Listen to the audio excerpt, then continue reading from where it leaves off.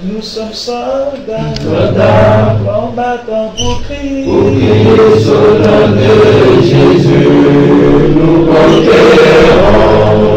Nous sommes vaillants, Vaillants, c'est de la parole au nom de Jésus, nous conquérons.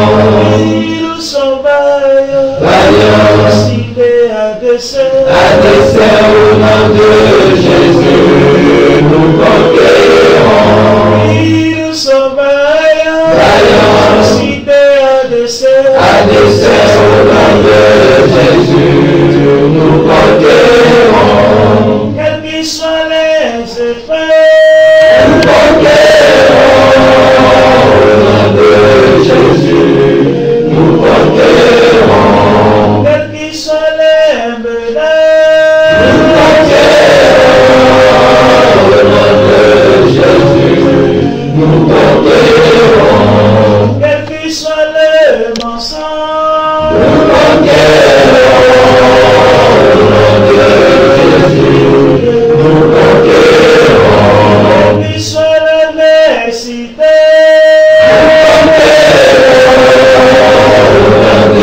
Jésus, nous conquérons.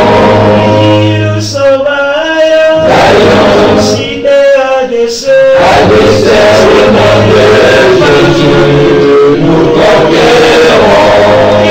nous sommes vaillants, Vaillants, cités à dessein au nom de Jésus, nous conquérons.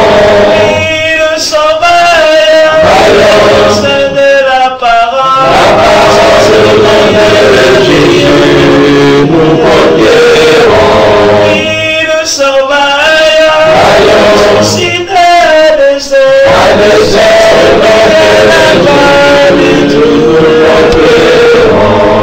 quels qu'ils soient les mensonges,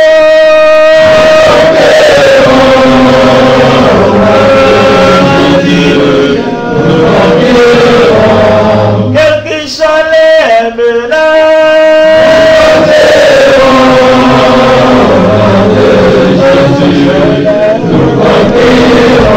quelle que soit l'adversité,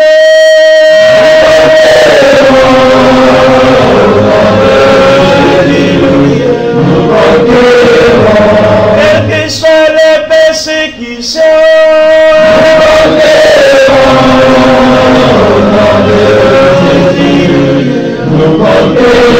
nous sommes vaillants, suscités à dessein, au nom de Jésus, nous conquérons.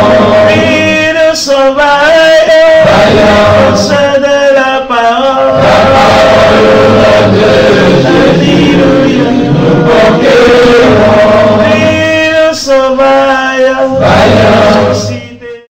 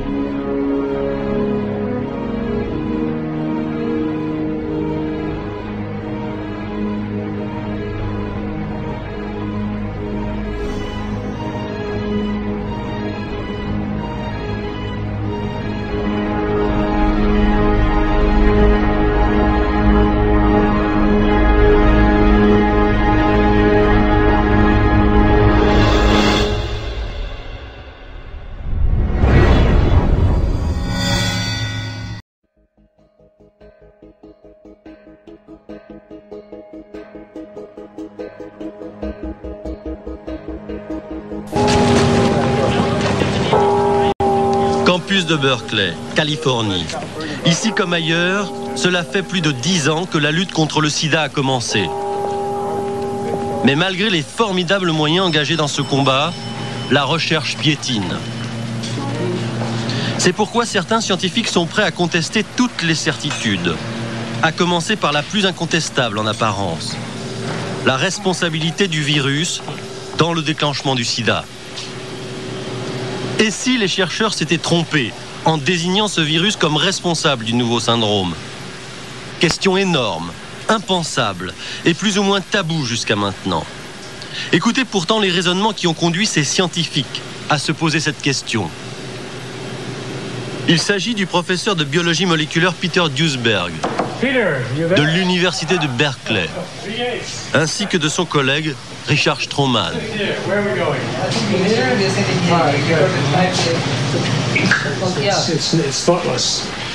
Pour avoir dit ce que vous allez entendre, ces deux chercheurs passent pour des inconscients. Ils appartiennent pourtant à l'élite scientifique américaine. Je ne crois pas qu'on ait trouvé la cause du sida. Certainement pas. Si c'était le cas, on aurait progressé dans la lutte, dans le traitement et dans la prévention du sida au cours des 10 dernières années. Or, il n'en est rien. On a découvert beaucoup de choses sur le VIH, c'est incontestable. On en sait plus sur ce virus qu'on a besoin de savoir. Mais on n'en sait pas plus sur le sida.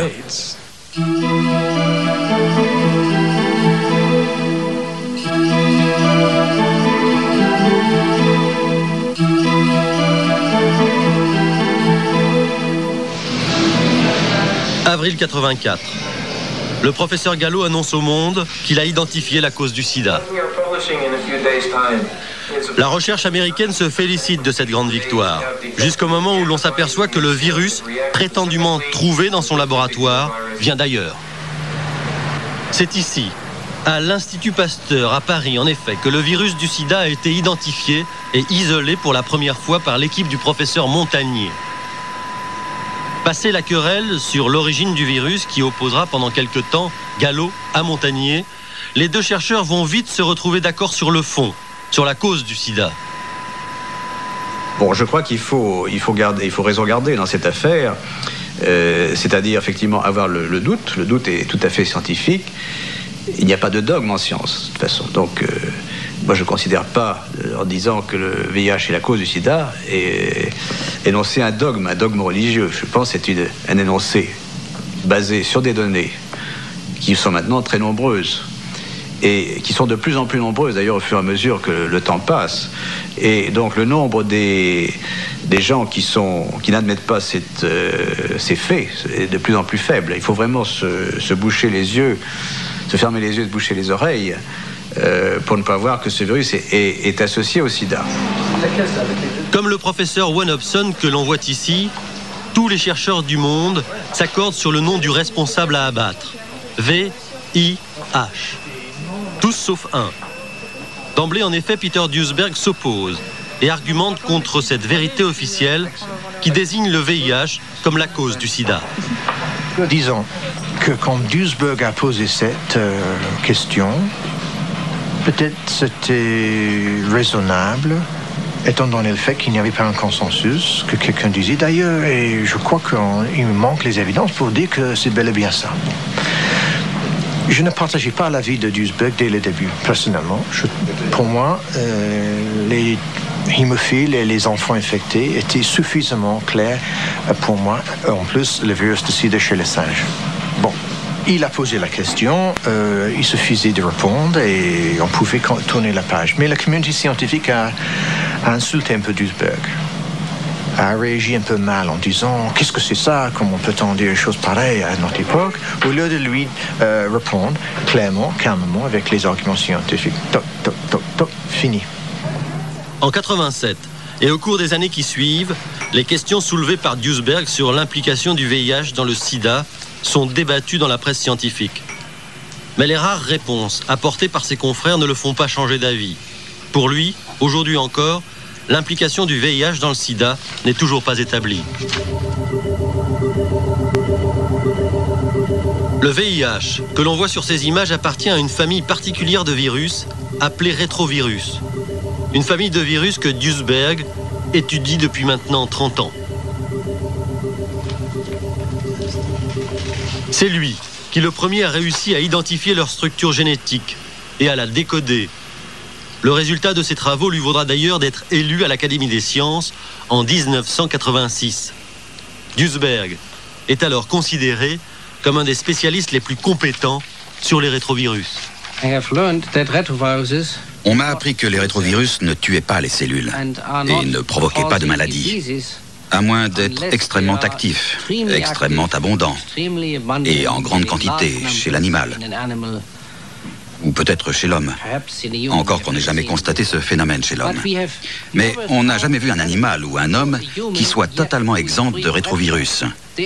Ils en ont tous et qui se comportent exactement comme le VIH. Ils sont latents, ils ont la même structure génétique, le même mécanisme de réplication, le même taux de mutation, la même transcriptase inverse. Ils sont exactement pareils et pourtant ne causent aucune maladie.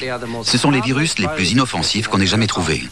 C'est précisément la raison pour laquelle nombre d'entre nous, y compris moi-même, étudions les rétrovirus depuis près de 20 ans comme cause probable des cancers. Car ils ne tuent pas les cellules qu'ils infectent. Pour cette raison, ils sont une cause plausible pour les cancers.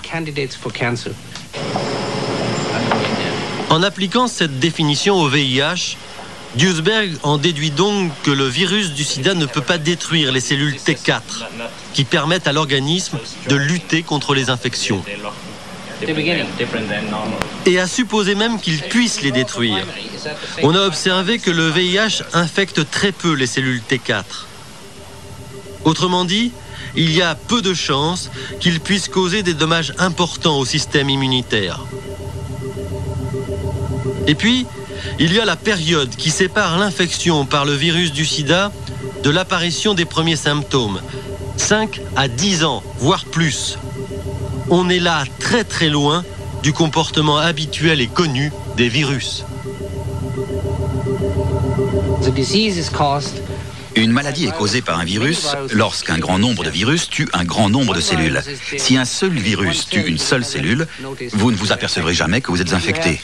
Si vous êtes contaminé par la grippe, la syphilis, la blénorragie ou l'herpès, vous aurez les symptômes dans les 2 ou 3 semaines qui suivent. Ou alors vous n'en aurez jamais, car le système immunitaire l'aura enrayé.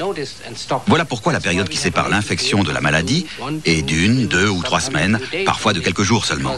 Le virus doit se multiplier et exploser dans votre corps pour tuer les cellules, et alors là, vous êtes malade. Aucune explication logique ne permet de dire que vous puissiez être infecté par un virus aujourd'hui, que votre système immunitaire réagisse et le neutralise, et puis que la maladie apparaisse 10 ans plus tard. Le virus doit agir avant que le système immunitaire n'intervienne. Voilà pourquoi vous devriez être malade tout de suite si le virus était responsable, pas 10 ans plus tard quand il est mort et éliminé. Dernier point de l'argumentation de Duesberg, la présence des anticorps dans le sang. Pour lui, c'est la trace de la bataille entre l'organisme et le VIH. La preuve que le virus a été vaincu. Bref, au terme de sa démonstration, tout concourt pour Duesberg à innocenter le virus. Il n'y a aucun précédent, pas un seul dans l'histoire de la microbiologie, qui montre qu'un microbe ait provoqué une maladie alors qu'il était inactif ou latent ou introuvable. Il est impossible de trouver un virus actif. Chez la plupart des patients, on n'en trouve aucun, seulement des anticorps dirigés contre lui. C'est précisément la raison pour laquelle des biologistes éminents, comme Gallo et Robin Weiss, n'ont pu isoler le VIH chez des patients atteints par le sida. Même dans les ganglions lymphatiques. Absolument. Après des années de tentatives infructueuses, ils ont fini par prendre le virus de Montagnier. Ils n'ont pas pu le trouver eux-mêmes, parce qu'il n'y est pas. On l'a compris. Après 10 ans de polémique, Duesberg persiste et signe. Aujourd'hui encore, rien ne prouve à ses yeux que le VIH soit impliqué dans le sida. Et tant que cela ne sera pas scientifiquement établi, il ne bougera pas.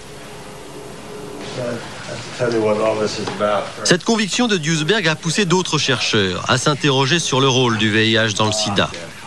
C'est le cas du professeur Harry Rubin, lui aussi pionnier de la recherche sur les rétrovirus. Il a formé les plus éminents spécialistes qui font aujourd'hui autorité en la matière. Si je m'en tiens aux données dont nous disposons, rien ne confirme que le VIH soit la cause du sida.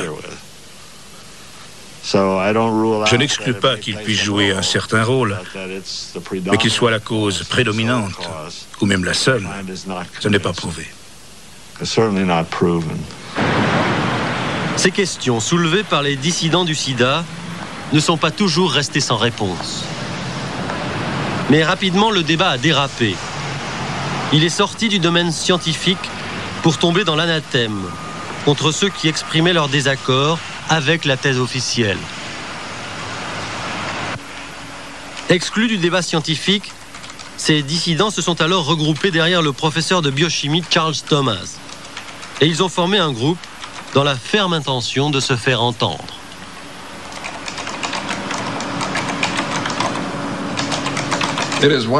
Une grande partie de l'opinion publique croit que le rétrovirus appelé VIH est la cause d'un ensemble de maladies réunies sous le terme de sida.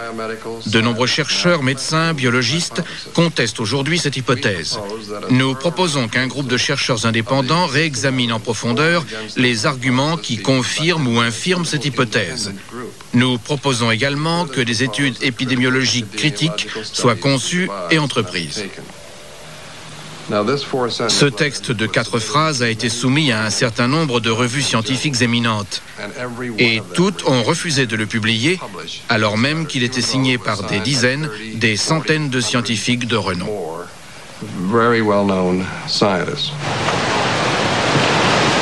À ce jour, 3 prix Nobel ont publiquement exprimé leurs doutes vis-à-vis de la thèse officielle. La biologiste Barbara McClintock, aujourd'hui décédée. Le professeur Walter Gilbert de Harvard, et enfin Kary Mullis, prix Nobel de chimie en 1993 que l'on voit ici. Il vit aujourd'hui sur la côte californienne à San Diego. Kary Mullis est l'inventeur de la PCR, un procédé qui permet d'isoler et d'amplifier les gènes d'un micro-organisme. Une découverte qui a révolutionné le travail des chercheurs dans tous les laboratoires du monde. Aujourd'hui, la PCR est devenue un instrument important dans la recherche sur le sida et du coup, Mullis s'est tout naturellement intéressé de très près à la question. C'est à ce moment-là d'ailleurs que sont apparus ses premiers doutes. Je me suis trouvé impliqué dans cette histoire lorsque j'ai commencé à chercher dans les publications scientifiques les références démontrant l'hypothèse qu'un virus, le VIH, provoque quelque chose que l'on nomme le sida. Je rédigeais un rapport dans lequel je reprenais cette affirmation et pour l'étayer, il fallait que je cite les références pour pouvoir dire cela a été établi par telle et telle publication. Or, je n'ai pas pu les trouver. Cela est d'autant plus étrange que chaque fois que j'ai cherché la source d'un fait scientifique, je l'ai toujours trouvé. C'est facile. Vous cherchez dans ce qui a été publié et vous trouvez très vite celui qui est l'auteur de cette affirmation, qui l'a démontré. Et là, en l'occurrence, il n'y avait rien de cela. J'ai interrogé les chercheurs spécialisés sur le sida les uns après les autres. Comment avaient-ils été convaincus que le VIH était la cause probable du sida? Quels articles avaient-ils lus? Ils m'ont dit, oh, il y en a des tas. Je leur ai dit, bon, très bien, est-ce que vous pouvez me faire parvenir les références de ces articles? Parce que moi aussi, je ne demandais qu'à être convaincu afin de cesser cette recherche ridicule. J'avais juste besoin de cette référence pour l'article que j'étais en train d'écrire, pour pouvoir obtenir le renouvellement d'une subvention destinée au laboratoire où je travaille. Il me fallait citer cette référence qui prouve que le VIH est la cause probable du sida pour mon article. Or, je ne l'ai pas trouvé. Alors, j'ai continué à demander et personne ne m'a répondu. Tout le monde me disait, j'ai ça dans mon bureau. Et moi, je disais, ok, envoyez-moi ça, dès que vous serez rentré à votre bureau. Personne ne l'a jamais fait. Cette difficulté à fournir la preuve, c'est pour Mullis la démonstration même que tout a été fait en dépit des règles élémentaires qui doivent accompagner la recherche. Tout, pour lui, a été précipité dans l'affaire du sida. La méthode, l'annonce sur le mode publicitaire, pas de débat contradictoire entre chercheurs et pour finir, une chape de plomb posée sur une vérité approximative. Ce n'est pas comme ça que la science fonctionne. En général, si vous voulez faire une annonce scientifique, vous commencez par faire une expérience. Vous obtenez des résultats, vous les analysez soigneusement et vous vous demandez, est-ce que je me suis pas trompé quelque part? Est-ce que c'est vrai? Vous faites éventuellement une autre expérience pour vérifier. Et là seulement vous convoquez une conférence de presse. C'est comme ça qu'on établit les faits scientifiques. Or là, ils ont donné une conférence de presse et ils ont annoncé « c'est le VIH qui est la cause du sida ». Du coup, le Centre de contrôle des maladies de la ville d'Atlanta a décrété « le VIH est un virus dangereux et si vous trouvez des personnes infectées par ce virus, développant un certain type de symptômes, prévenez-nous, c'est obligatoire ». Ils ont dit ça à tous les médecins. Mais ils n'ont pas dit « nous savons pourquoi ». Ils n'ont pas expliqué pourquoi ils le savaient. Ils ont simplement affirmé « nous le savons ». Et c'est devenu un fait. Un fait entre guillemets. Mais dans ce cas, ce n'est pas réellement un fait. On ne peut pas parler de fait scientifique. Certes, Mullis admet que les études sur le virus ne manquent pas. Mais sur l'essentiel, c'est-à-dire sur la preuve que le virus est responsable du sida. Que sait-on de plus aujourd'hui ? Où se trouve la référence scientifique indispensable pour transformer l'hypothèse en certitude ? Il n'y a pas une référence scientifique, il y a un faisceau d'arguments, n'est-ce pas, pour que... prenons une vie, quelqu'un est coupable, n'est-ce pas? Alors vous l'avez pas vu tuer quelqu'un, vous ne l'avez pas pris sur le fait, mais vous avez un faisceau de preuves, vous avez les taches de sang. Enfin, malheureusement, on va faire un procès de M. Simpson, mais enfin, en général, quand même, les choses tournent où on a un certain nombre de preuves patentes, indirectes, qui sont telles que l'évidence existe. Comme ça sera fait plus vite. Le professeur Montagnier pourrait ajouter une communication récente qui contredit les arguments de ses adversaires sur le sommeil du virus avant le déclenchement du sida. 2 articles, publiés dans la revue scientifique Nature, soutiennent en effet que le virus ne dort jamais. Dès le début de l'infection, le VIH et le système immunitaire se livreraient un combat acharné. Un combat qui durerait des années et se terminerait par la victoire du virus. En conséquence, John Maddox, le rédacteur en chef de la revue, demande à ceux comme Duesberg ou Mullis, qui ont toujours refusé l'hypothèse du VIH comme cause du sida, de reconnaître enfin leur tort. Si Maddox pense ou pensait que cet article démontre enfin que le VIH est la cause du sida, il n'a plus qu'à se tirer une balle dans la tête. Car s'il n'en avait pas auparavant, pourquoi alors a-t-il rejeté toutes mes tentatives d'explication et toutes les autres hypothèses alternatives? Pourquoi avait-il une opinion aussi arrêtée? Pourquoi le monde entier avait-il une opinion aussi arrêtée s'il a fallu attendre 1995 pour déterminer la cause du sida? Comment se fait-il que tout le monde le sache depuis 10 ans?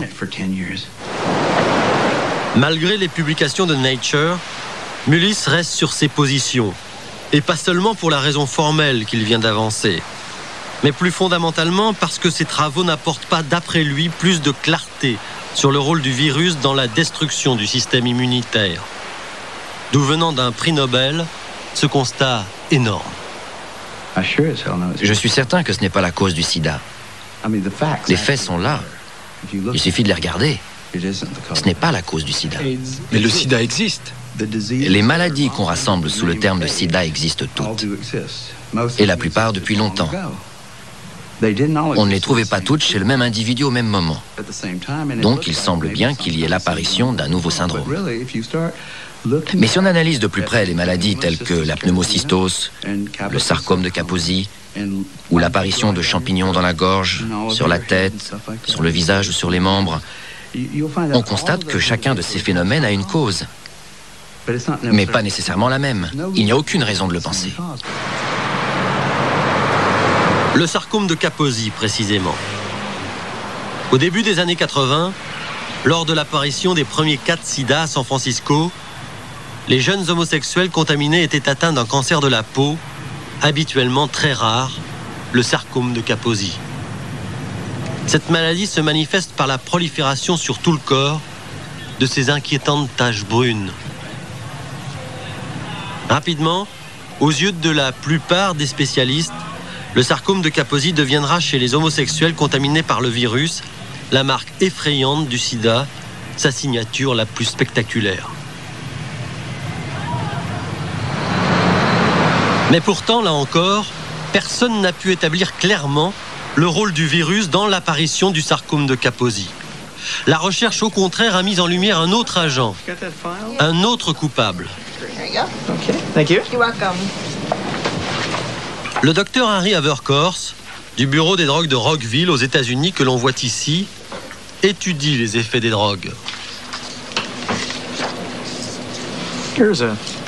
Il a été un des premiers à faire le lien entre l'apparition du sarcome de Kaposi et une drogue aphrodisiaque largement répandue dans les milieux homosexuels jusqu'à la fin des années 80, les poppers, que l'on voit sur cette photo.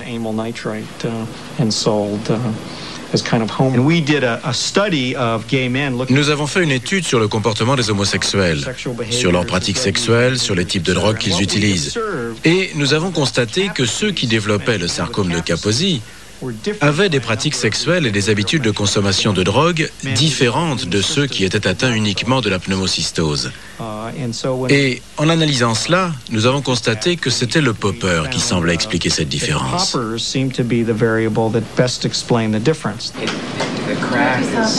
Fort de ce constat, le Bureau des études des drogues a donc mené plusieurs campagnes de prévention contre les dangers de l'utilisation à haute dose des poppers. Depuis, les poppers ont été retirés de la vente libre et les résultats sont là, comme le prouvent les dernières études épidémiologiques. Il y a eu un surprenant déclin du sarcome de Kaposi au cours des dernières années, aussi bien en nombre de cas qu'en pourcentage. Vous avez une explication à ce phénomène? Eh bien, nous pensons que cela est peut-être lié à l'utilisation des poppers, dont nous avons pu constater une baisse au cours de la même période. Évidemment, nous n'avons pas pu établir une baisse de l'infection par VIH dans ces populations, ni établir de corrélation avec le virus de l'herpès. Par contre, l'épidémiologie du sarcome de Kaposi et celle de l'usage des poppers s'avèrent tout à fait corrélées aux États-Unis. Pour être complet, il faut relever que le sarcome existe chez des patients qui n'ont jamais utilisé de poppers. Il existe aussi chez d'autres patients qui n'ont jamais été contaminés par le VIH. Cela prouve en tout cas que les choses sont moins simples qu'on le croyait au départ. Ce qui est à l'origine du sarcome de Kaposi n'est pas très clair. L'implication du nouveau virus de l'herpès, trouvé chez bon nombre de patients, est assez évidente, ainsi que la consommation régulière des poppers. Il se peut que le VIH ne joue aucun rôle, et qu'il y ait autre chose en plus des poppers qui soit responsable de cette maladie. La connaissance des causes de la maladie reste floue. Et quand cette connaissance progresse, le moins que l'on puisse dire, c'est qu'elle tend à innocenter le virus plutôt qu'à l'accabler. Et pourtant, à ce jour, le sarcome de Kaposi figure toujours au nombre des maladies dites du sida. Alors, pourquoi ce blocage ? On y a cru parce que l'équation VIH égale sida était admise. Mais si ce n'est plus le VIH qui est la cause du sarcome de Kaposi, personne n'aurait pensé à l'époque que le sida était quelque chose de nouveau. Personne n'aurait cru au VIH. Et maintenant, on fait marche arrière toute. Ce n'est plus le VIH. Et le sarcome de Kaposi n'est pas une maladie du sida. Alors pourquoi ne pas retirer la pneumonie aussi? Et qu'est-ce qui reste? Rien. Autre domaine, autre certitude dont témoigne ce spot, diffusé dès 87. Souvenez-vous de ce qu'on disait alors. At first, only gays and IV drug users were being killed by AIDS. But now we know every one of us could be devastated by it. The fact is, over 50,000 men, women and children now carry the AIDS virus. That in 3 years, nearly 2,000 of us will be dead.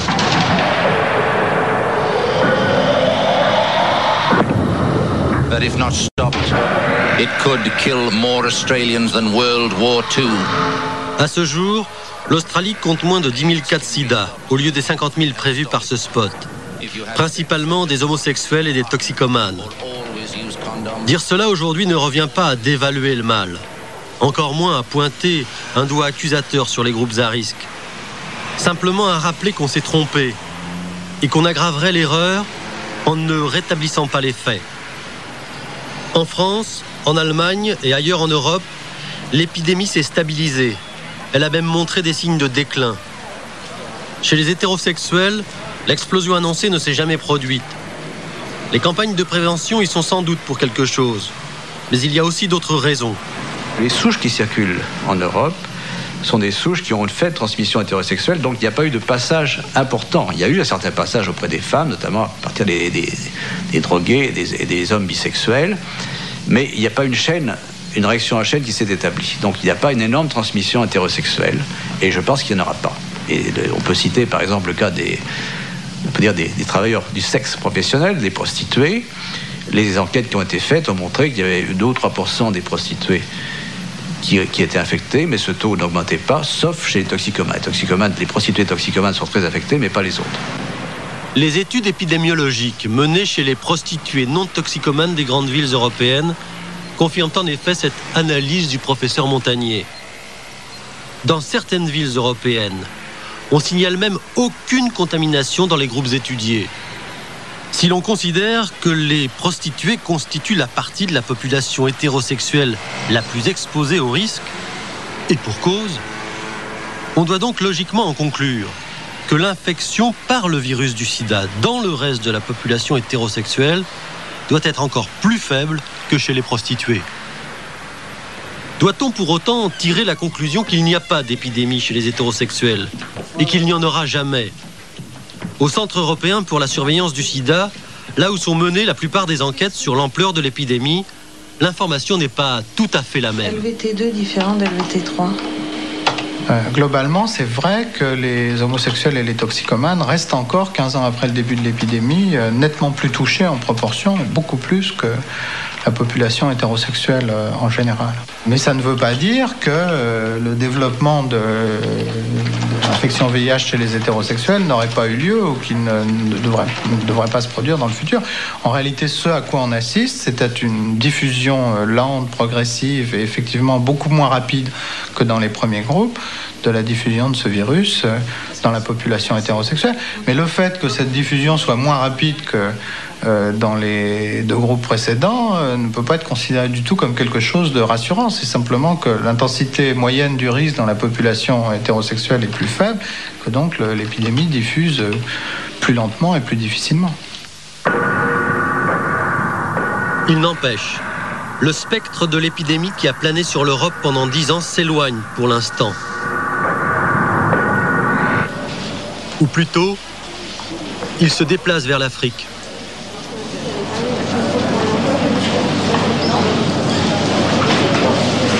De là-bas, de l'autre côté du désert du Sahara, nous parviennent des images terribles qui apparemment ne laissent aucun doute.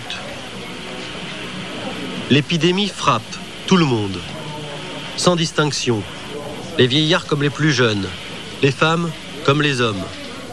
D'après l'Organisation mondiale de la santé, les personnes infectées par le VIH se comptent par millions. Pas question évidemment de remettre en cause l'hécatombe. Quand on voit ces images, qui d'ailleurs aurait l'inconscience de le faire? Non. Là encore, ce qui fait débat, ce n'est pas le fléau ou la réalité de la détresse. C'est le nom qu'on met dessus. L'Afrique est malade, mais est-elle vraiment malade du sida? C'est vrai, je le sais par expérience, que les tests qui sont chez nous à la fois très sensibles et très spécifiques le sont moins avec des sérums africains, pour différentes raisons. Celle que vous avez citée, c'est que beaucoup de ces Africains ont des infections intercurrentes chroniques, comme le paludisme, et qu'ils ont ce qu'on appelle un taux anormalement élevé d'anticorps, d'immunoglobulines d'ensemble. Et donc, ces anticorps peuvent donner des réactions non spécifiques et donner des faux positifs dans les tests du sida. Il y a aussi l'énorme variabilité des souches qui circulent en Afrique, qui est bien supérieure. On a tous les variants circulent en Afrique. Et donc les tests sont parfois pas très adaptés. Donc il y a toute une étude à faire. Est-ce que ceci fausse totalement les estimations qui ont été faites? Je ne le crois pas quand même, car ces estimations ont été faites par différents recoupements. Et bien sûr, ils donnent une fourchette simplement. Il suffit d'ailleurs d'aller dans un hôpital africain pour voir que la plupart des personnes qui sont là ont le sida.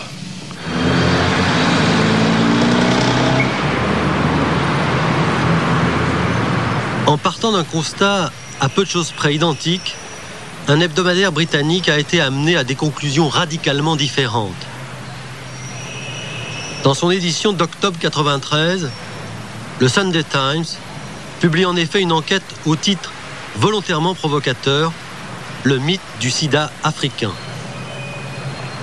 L'auteur de l'enquête s'appelle Neville Hodgkinson, journaliste spécialisé dans les questions scientifiques. Le voici à sa table de travail. Le doute l'assaille quand il effectue son voyage en Afrique centrale au cours de l'année 93. Ce qu'il a appris en 25 ans de carrière lui paraît en effet suffisant pour juger qu'il y a quelque chose qui ne va pas dans la version officielle. L'Afrique est-elle vraiment malade du sida ? Pas si vous définissez le sida comme une nouvelle maladie infectieuse.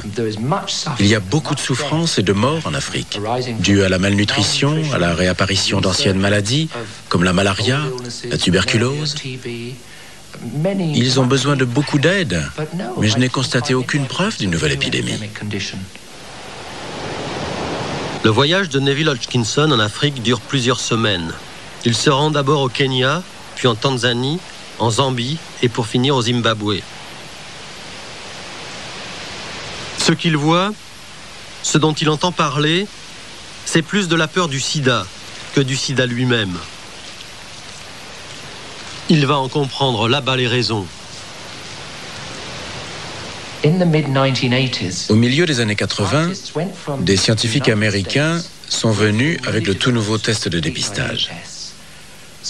Ils ont testé des populations importantes et constaté que dans certains cas, 40 à 50% des tests étaient positifs. Alors ils ont dit, le VIH doit être là depuis de nombreuses années et l'Afrique est en proie à une terrible épidémie. Ce qui bien sûr a créé un climat de peur extrême. La terreur en effet est partout présente. Et pourtant, il n'y a pas de quoi, écrit-il. À ses yeux en effet, le sida reste invisible. Il ne trouve pas trace des villages décimés par la maladie, ni des cimetières bâtis à la hâte pour faire face à l'hécatombe. L'Afrique est malade, certes, mais de rien qui ressemble à quelque chose de nouveau, même si cela s'apparente à ce qu'en Occident, on nomme le sida. La première chose qui m'a frappé quand je suis arrivé en Afrique et ai commencé mon enquête, c'est que les hôpitaux remplis de malades du sida, ainsi que les villages qui mouraient du sida dont on m'avait parlé, n'étaient pas immédiatement apparents.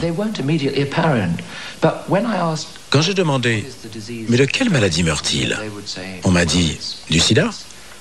Et j'ai dit « D'accord, mais de quelle maladie ?» Parce que le sida est un syndrome de déficience immunitaire.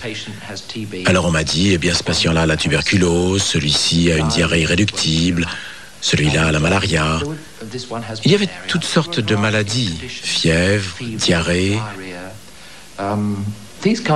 Le genre de maladie que l'Afrique a toujours connu, mais qui en fait avait été rediagnostiquée comme maladie du sida du fait même de la peur engendrée par le test VIH.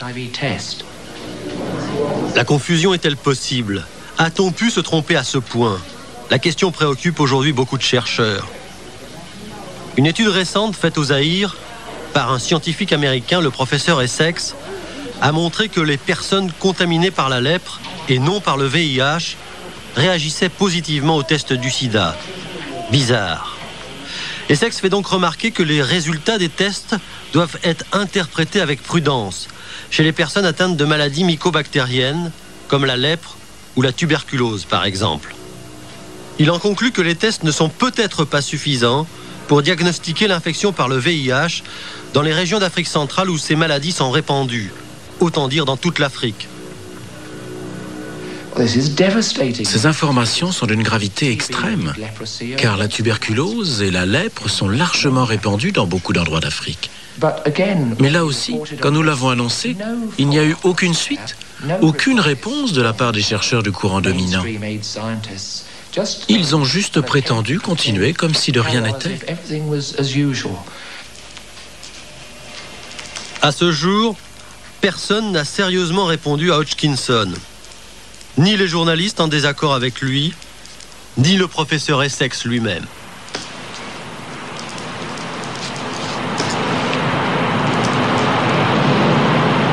Les tests du sida seraient-ils donc moins précis qu'on ne le dit? Ici, en Australie, une équipe de chercheurs de la ville de Perth a mené l'étude prospective la plus complète sur le sujet. Précisément dans cet hôpital,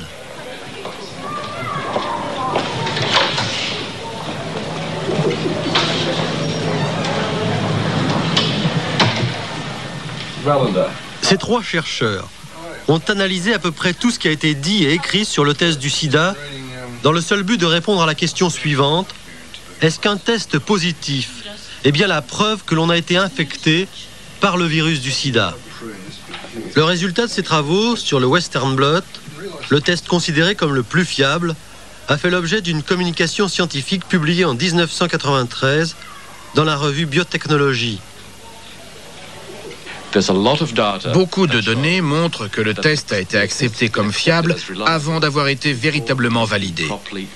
Et c'est ce point essentiel que nous voulons mettre en lumière.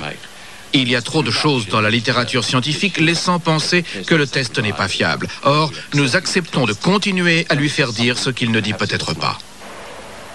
Pour comprendre, il faut d'abord se rappeler que le test ne détecte jamais le virus lui-même, mais les anticorps qui ont réagi à la présence du virus dans l'organisme. Mais au juste, comment se passe le test du sida? La procédure se déroule en 2 étapes. La première, c'est le test ELISA. S'il se révèle positif, il doit obligatoirement être confirmé par un 2e test appelé Western blot. Le Western blot se présente sous la forme d'une bandelette sur laquelle les différentes protéines du virus ont été fixées. Cette bandelette est mise en contact avec le sérum du patient. Si le sérum contient des anticorps dirigés contre le virus, les protéines apparaissent sous la forme de bandes noires. Le test est positif si la bandelette présente plusieurs bandes noires. Jusque-là, tout va bien. C'est après que les choses se compliquent, car les critères varient d'un pays à l'autre. Pour accepter un test positif, la France n'a pas les mêmes critères que les États-Unis, qui eux-mêmes ont plusieurs critères. Et ces critères sont encore différents en Australie ou en Afrique. Si le test Western blot d'une personne a 2 bandes, celle-ci, elle sera considérée comme infectée en Afrique, dans certaines parties des États-Unis, mais pas en Australie, ni ailleurs en Amérique, ni en France. Maintenant, si le test fait apparaître 3 bandes, le patient, comme le dit le docteur Turner, sera considéré comme infecté en Afrique, en France, dans certaines régions des États-Unis, mais pas dans d'autres régions des États-Unis ni en Australie. S'il fait apparaître 4 bandes, le même patient sera alors considéré comme infecté à peu près partout dans le monde, mais toujours pas en Australie. On ne peut pas être infecté ici et ne pas l'être dans la pièce d'à côté. On est infecté ou on ne l'est pas. Et avec ces critères, il est impossible de l'affirmer. Difficile de trouver une explication logique pour justifier ce mode d'emploi à la carte. Pourquoi ne pas imposer les mêmes critères partout? Cela ne serait-il pas plus simple et plus sûr? Pas de quoi s'affoler, répondent néanmoins les laboratoires. Le sang contaminé, disent-ils, réagit positivement, sans ambiguïté et quels que soient les critères, en faisant apparaître toutes les protéines du virus. C'est cela, la vraie différence avec le sang non contaminé. Même si le problème des critères est résolu, il en reste d'autres, notamment la reproductibilité du test VIH. Elle n'est pas démontrée. Je vais vous en donner un exemple. Voici un échantillon du même sang, testé par 19 des meilleurs laboratoires américains. Chaque bandelette correspond à l'un de ces laboratoires. Sur certaines apparaissent plusieurs bandes noires, sur d'autres seulement quelques-unes, et sur celui du centre, à la lettre I, aucune. Il s'agit pourtant d'un sérum appartenant au même patient, contaminé par le virus du sida. L'équipe australienne a révélé d'autres erreurs, plus graves encore. En réponse à votre question sur l'ampleur que peuvent avoir les différences, je voudrais vous citer un article du groupe d'études des transfusions en Amérique. L'American Journal of Clinical Pathology a, en 1991, envoyé 101 échantillons de sérum testés négatifs par le Western blot, autrement dit sans aucune bande, à 3 laboratoires différents. Et ceux-ci ont constaté qu'il n'y avait aucune bande dans 67 cas, qu'il y avait d'autres bandes, je ne sais pas exactement ce que ça veut dire, dans 13 cas. Une protéine 41 dans un, une protéine 24 dans un autre, et les protéines 24, 32, 41 et 120 dans 2 cas. Ce qui, pour de nombreux laboratoires, signifie un test positif. Or, tous ces sérums avaient été jugés négatifs. En résumé, 2 sérums diagnostiqués négatifs par un laboratoire peuvent être déclarés positifs dans un autre. Pour les Australiens, cette contradiction remet en cause ce qui fait l'intérêt même du test, c'est-à-dire sa capacité à dire si oui ou non le patient est contaminé. C'est ce que les chercheurs appellent la spécificité. La spécificité d'un test signifie qu'on obtient un résultat positif uniquement quand le virus est présent dans le sang. Si le virus n'est pas présent dans le sang et que néanmoins on a une réaction, ça veut dire que le test n'est pas spécifique. Les Australiens vont aujourd'hui jusqu'à dire que les résultats positifs au test du sida ne prouvent pas de manière certaine qu'on est contaminé par le VIH. Pour preuve d'abord, ces tests, faits sur certains animaux qui ne peuvent pas être infectés par le virus du sida. Ces souris, par exemple, qui ont reçu du sang d'une autre souris et chez lesquelles on a trouvé des anticorps au virus. Ces chiens aussi. Sur 144 chiens testés, la moitié a présenté le même résultat que chez les souris. Et puis, il y a aussi les tests réalisés à partir des sérums collectés en 1968 chez des Indiens d'Amazonie. Plusieurs se sont révélés positifs, alors qu'aucun cas de sida ne s'est jamais déclaré dans ces tribus. Et on a pu observer le même phénomène dans différentes régions d'Afrique. Toutes ces fausses réactions sont bien connues des virologistes travaillant sur le sida. Elles sont provoquées par la présence d'autres anticorps que ceux qui réagissent au virus du sida. Les chercheurs australiens ne contestent pas la réponse. Ils soulèvent seulement une autre question. Comment savoir si un patient déclaré positif est réellement infecté par le virus et non par autre chose? Nous savons depuis longtemps qu'un certain nombre de groupes à risque, comme les homosexuels, les toxicomanes et les hémophiles, sont exposés à des agents extérieurs. Ils sont donc susceptibles de développer différents types d'anticorps. Et ce sont précisément les groupes pour lesquels il est impératif de connaître la spécificité du test. Or, il est possible, dans le cas de ces personnes, qu'un test positif n'indique pas une infection au VIH. Ce que cela signifie vraiment, c'est qu'il n'y a pas d'uniformité dans l'interprétation des tests, ni dans leurs analyses, ni dans la compréhension des effets de la maladie. Et donc, tant que ces problèmes ne sont pas résolus, nous ne devons pas accepter la causalité selon laquelle le VIH serait à l'origine du sida. S'il y a problème dans l'interprétation des tests, ils sont rarissimes, répond la majorité des chercheurs. Et pour y remédier, les contrôles de qualité sont nombreux. Il n'empêche. Le doute, ainsi distillé depuis plus de 10 ans par ces chercheurs qu'on vient de voir tout au long de ce film, a commencé d'ébranler les certitudes officielles. Il a même été relayé au sein de la communauté scientifique qui compte. Dans ces cercles, la question est désormais soulevée. Certes moins brutalement que chez les chercheurs contestataires, et l'équation VIH égale sida, réexaminée à la lumière des nouveaux éléments recueillis grâce à une meilleure connaissance de la maladie. Une évolution dont la presse se fait l'écho. Les choses auraient été très simples si, après avoir découvert le virus du sida, on s'était aperçu qu'en disposant d'un médicament antirétroviral, ça suffisait à bloquer la réplication du virus du sida et donc, d'une certaine manière, à guérir les patients. En réalité, on s'est rendu compte que les choses étaient beaucoup plus compliquées. que quand on utilisait un produit qui, in vitro, effectivement bloquait la réplication du virus du sida, ça suffisait pas pour autant à enrayer l'évolution de la maladie. Donc il fallait bien chercher autre chose. Il fallait essayer de comprendre aussi pourquoi l'épidémiologie de la maladie n'est pas la même dans les pays industrialisés, dans les pays en voie de développement, et encore, c'est pas la même en Afrique, en Asie, etc. Donc il fallait essayer de comprendre tout ça, et on s'est très vite rendu compte que l'existence d'un virus ne suffisait pas à tout expliquer. Luc Montagnier en personne, l'homme qui a découvert le virus, a été l'un des premiers à relativiser le rôle du VIH, ou plutôt à évoquer l'existence d'autres agents associés au virus pour déclencher le sida. Nous sommes à San Francisco en 1990. Une intervention très remarquée lors de la 6e conférence internationale sur le sida. Au cours de cette conférence, Luc Montagnier annonce que le VIH n'est peut-être pas la seule cause du sida. Pour le virologiste de Pasteur, le virus a un complice, le mycoplasme. Et sans ce complice, le VIH ne peut rien. Le temps n'a pas donné raison à Montagnier. Et aujourd'hui, Montagnier est moins catégorique. Mais sur le fond, il n'a pas changé d'avis.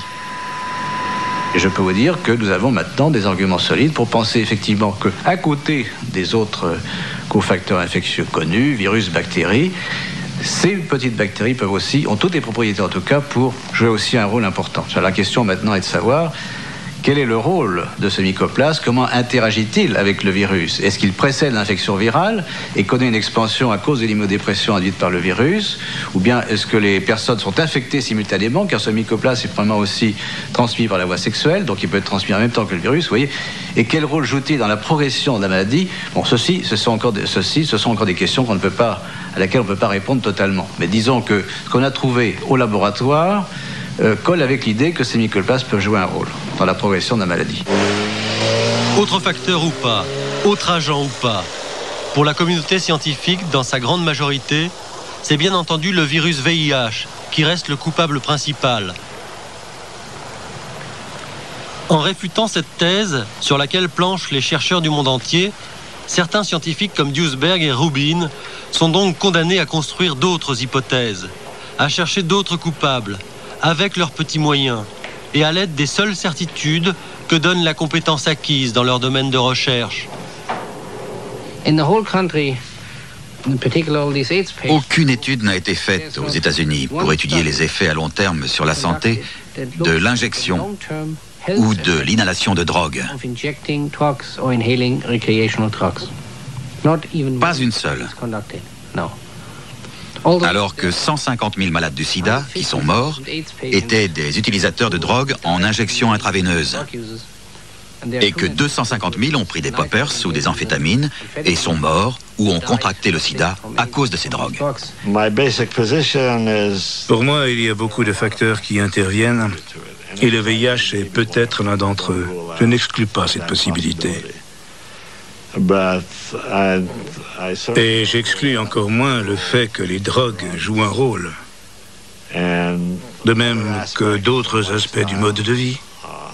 Injection de drogue et peut-être d'autres causes d'infection. Et aussi l'implication d'autres micro-organismes.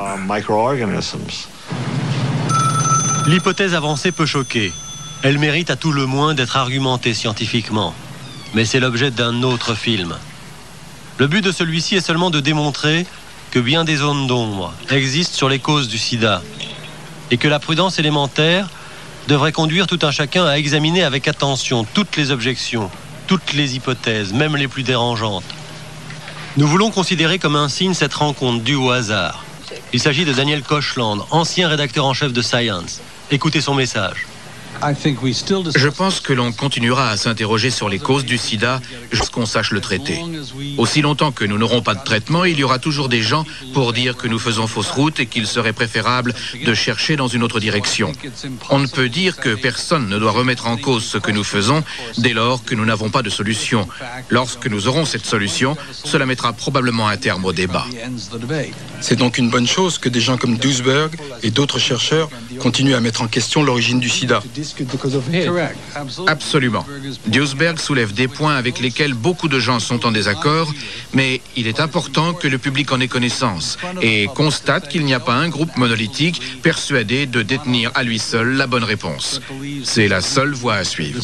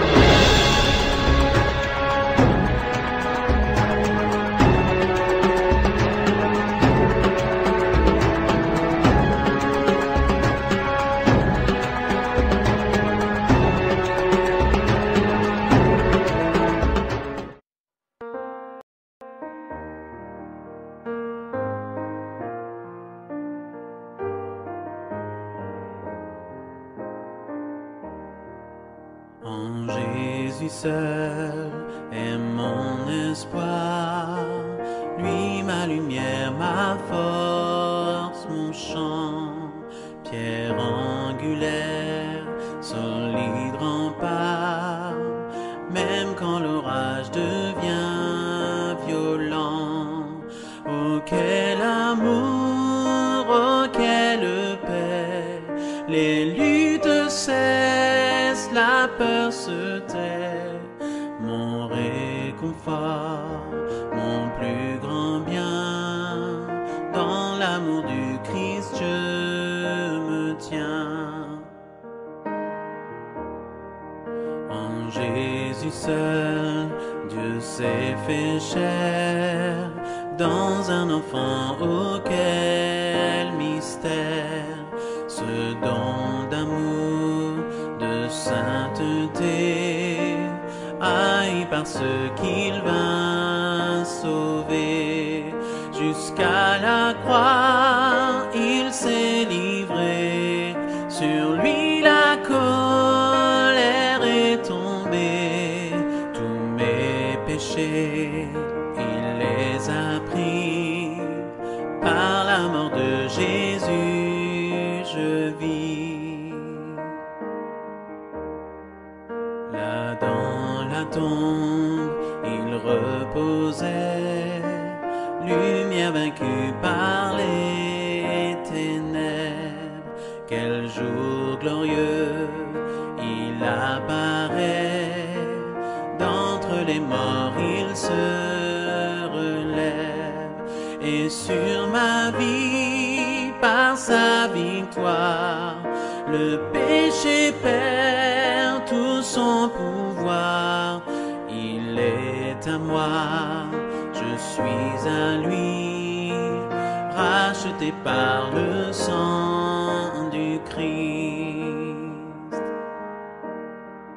Je vis en paix, je meurs sans crainte, gardé par la puissance du Christ, du premier cri au dernier souffle.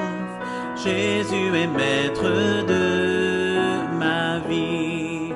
Les plans des hommes ou du malin ne peuvent m'arracher de sa main, et qu'il revienne ou me rappelle, par la force du Christ je tiendrai.